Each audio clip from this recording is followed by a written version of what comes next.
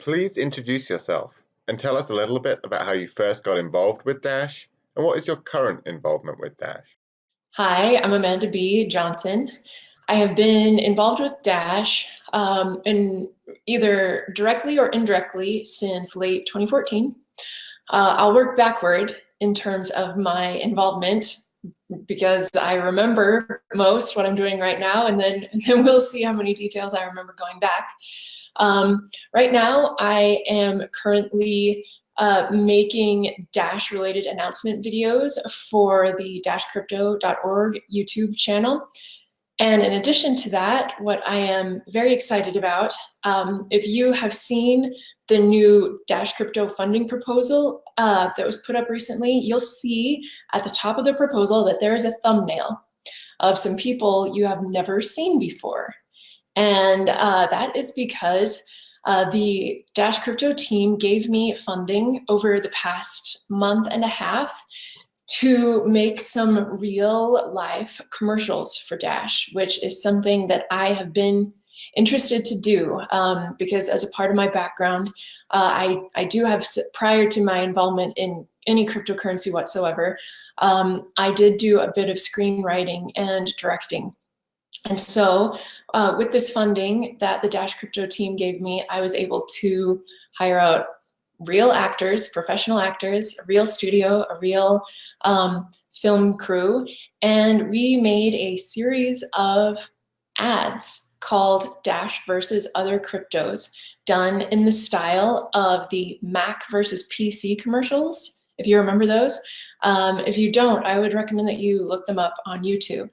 And it's so fitting because people have made the comparison before between Dash and Mac, right? Which is that compared to the competition, like Dash is just so much more user friendly. The way like when those Dash versus Mac commercials came out, it was just becoming apparent to people like how much more user friendly Mac products were, right? And so I'm really looking forward to these commercials going live. I had a lot of fun with them. Okay, so that's now.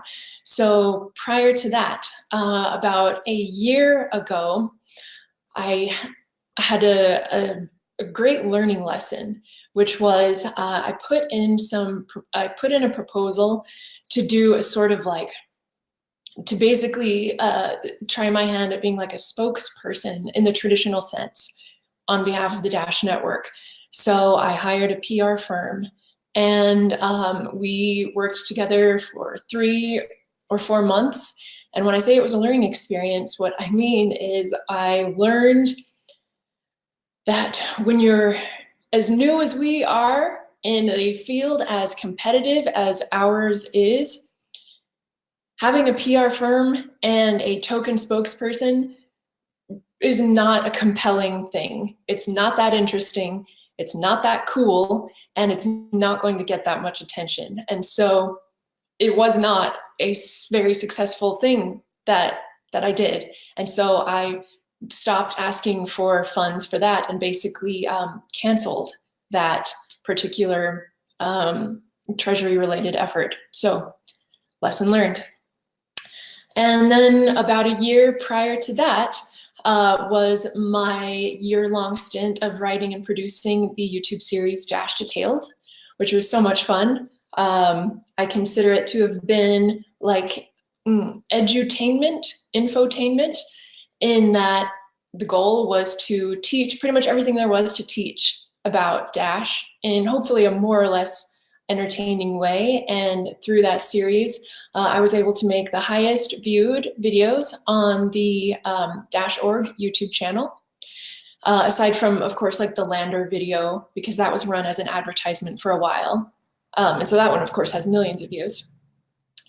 And then prior to that, in the late fall of 2015, I became the first person outside of it was then called the Dash Foundation, right? It was like operational prior to Dash Core Group Inc. I became the first person outside of the Dash Foundation to make a treasury proposal, and that was for some Dash sponsorships of my then YouTube show, The Daily Decrypt. And then about a year prior to that, I was a writer at Cointelegraph. And I think I was like the first writer to give Dash kind of some more, some I want to say mainstream, but like crypto mainstream, right? You get what I'm saying? Crypto mainstream attention. I think the first article I wrote about Dash in 2014 was called, it was called Dark Coin, Not Just for Buying Drugs Anymore, because I had read that Dark Coin had just been added as a payment option on like some gaming sites. And yeah, and then I proceeded to write more articles about Dash on Cointelegraph and Bitcoin.com thereafter. So that's me. What is your view on the DIF investing in things that have nothing to do with cryptocurrency? These investments might increase Dash purchasing power through profit being used to burn Dash, but they do not increase Dash adoption and usefulness. Actually, I think that's a false assertion. And to repeat the question, the assertion that making investments that aren't like in crypto related companies or assets does not translate to Dash adoption. That, fortunately for us, is a false assertion. It's a false paradigm or a false dichotomy to say that it is. How could I make such a bold statement? Let me share with you just a brief story that happened to me 2 weeks ago that really drives the point home, but on a much smaller scale. And then I'll show you how that expands to a bigger scale. So I was looking for like a desk to rent in a co-working space. And so I visited various co-working spaces, picked the one I liked. And as I'm speaking with the proprietor and we're discussing the membership level I'd like to buy and how long I'm interested to rent a desk, I mentioned that I work for Dash and I would be interested to pay for my membership in Dash. And the proprietor is, generally a forward-thinking guy. Obviously, he works almost entirely with freelancers and startups at his space. And as a forward-thinking guy, he says, I've heard about this digital currency stuff and I've been interested to, get started, but no one has ever asked to pay in it. You're the first one. And so sure, I'll take it. And that so drove a point home for me in that I wasn't out hitting the streets trying to get merchant adoption that day, right? I wasn't seeking to get a merchant adoption. That wasn't my primary goal. My primary goal was to increase value in my life by getting a desk space. And because I want to pay in Dash, of course I want to pay in Dash, it resulted in merchant adoption. And that is how the Dash Investment Foundation can operate, which is to say, as we go out into the world seeking to add value to all Dash users, we will, of course, want to pay in Dash. And the proprietors of any and all of the organizations that we're seeking to do business with are most likely going to be forward-thinking people, right? And just like the proprietor of this co-working space, if they don't already deal in digital currency, I think they're very likely to say, we know about that. We've been interested to get involved with it. No one's ever asked to pay in it. You're the first. Yeah, let's see what we can work out. That sounds like something we'd like to try. And so in this manner, the two goals of making non-crypto investments for the purpose of increasing the purchasing power of Dash, and then increasing the actual adoption, real world usage of Dash, these go hand in hand.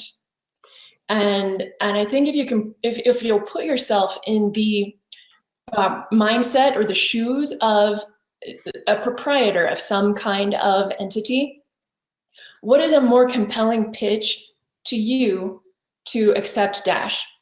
Someone coming to your door and saying, hey, I'm a person who signs up merchants to accept Dash. We're really cool. We can save you on fees. And here's a sticker that says I accept Dash. And Some people may come and spend some Dash here, maybe. I hope they do. Are you interested? Versus scenario B, where some business people come to you and say, we're interested in doing a fair amount of business with you, a fair amount of valuation for potentially a long term, and we're willing to sign contracts with you, and we'd like to get started, and we'd like to pay in Dash, and we'll help you to make that work for you. Are you interested in that? Scenario B is a more compelling pitch, and I think that we will see unanticipated levels of adoption if the Dash Investment Foundation takes this approach going forward. Do you think the DIF should make specific Treasury proposals to fund each individual investment, or do you believe it should make general proposals for funds to be invested as per the DIF's general investment strategy? I think that the foundation should make general proposals in the same style as the Dash Core Group has given us an excellent example of how to make proposals, which is they don't ask the masternodes to micromanage their activities. If I could give you a sort of hypothetical, imagine if Dash Core Group had come to the network with a proposal of, should we develop long-living masternode quorums? Yes or no? And if yes, this is the funding that we want to develop long-living masternode quorums. You can just imagine what the sort of debate that might have ensued. Some people might have called for medium-living masternode quorums, and still others would have fought for short-living masternode quorums, and all manner of things, and things would have gotten so bogged down with people debating when really Dash Core Group knows Dash's software better than anybody else. So if they say it should be long-living masternode quorums implemented in this particular way, that's probably what it should be.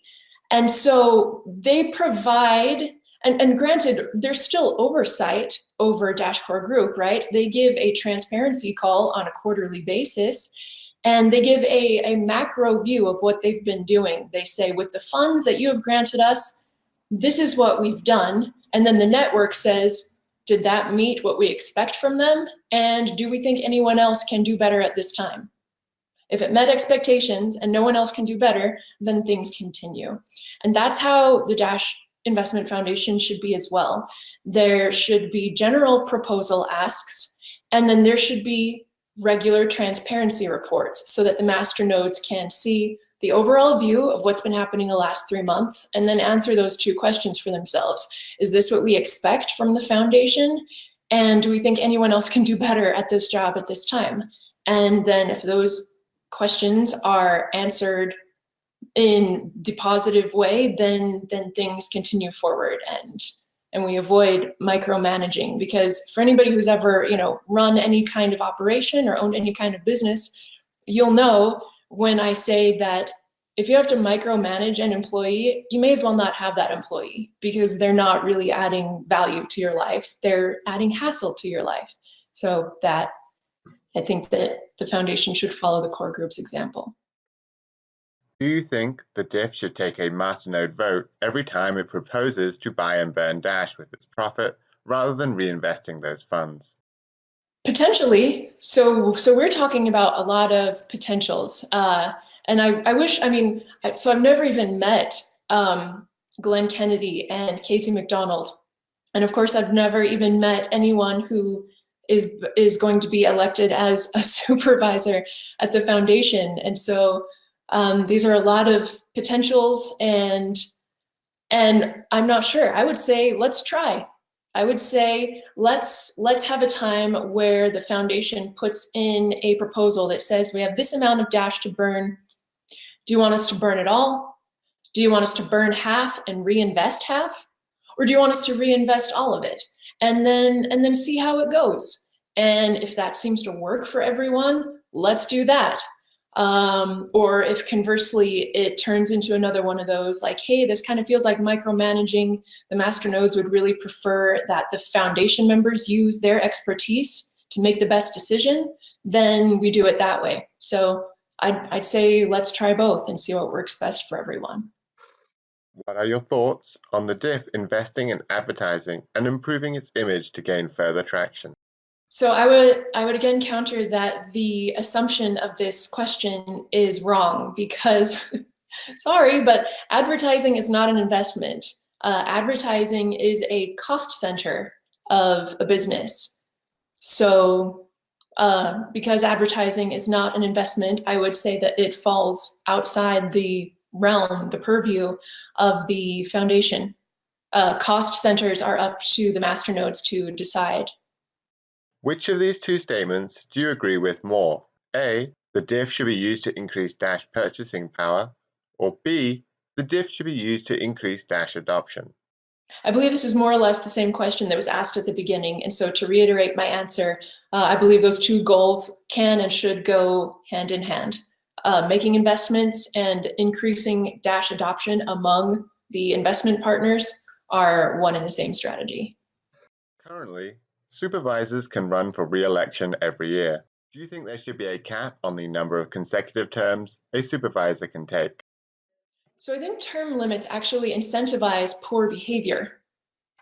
Because if at the end of the next term, a person knows that they're not even allowed to run again for supervisor, their incentive to say, attend all the meetings kind of goes down.